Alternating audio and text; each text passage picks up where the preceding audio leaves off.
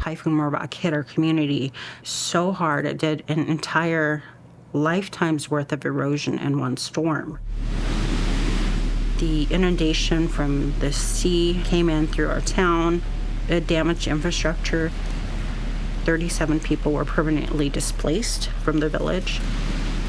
So we had a huge disaster.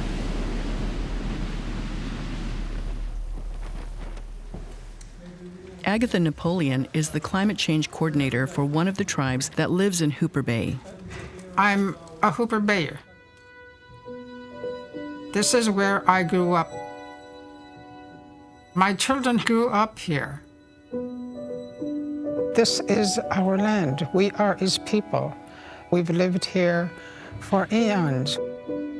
We've learned to live with the storms, the blizzards, and everything that the ocean has to bring. Good or bad, we have learned to adapt and live with it.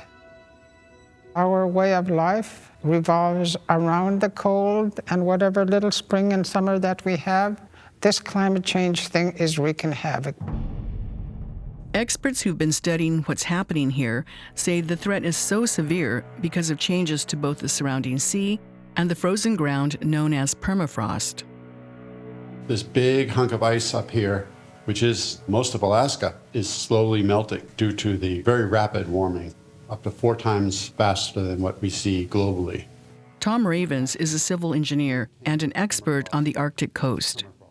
Environmental warming is really doing a number on the permafrost.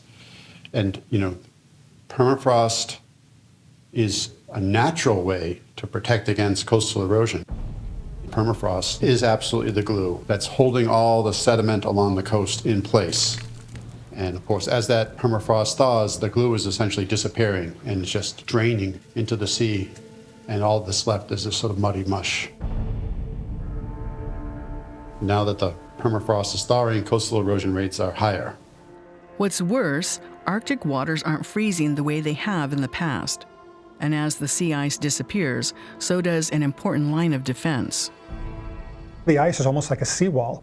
And so when you've got 5, 10, 20 miles of ice that is anchored to the coast, those big waves and those big surges that are offshore, they stay offshore.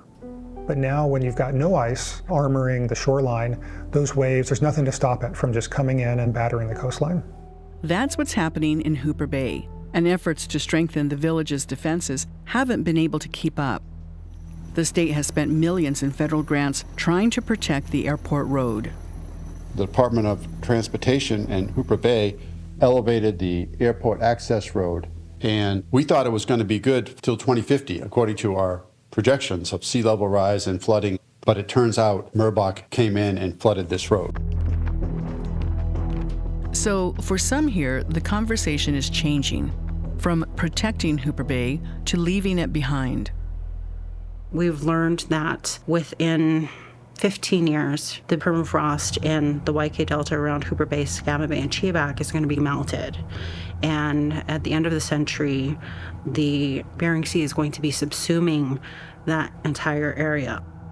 So it's become a priority for us to resettle our village in order for us to have a place to escape to.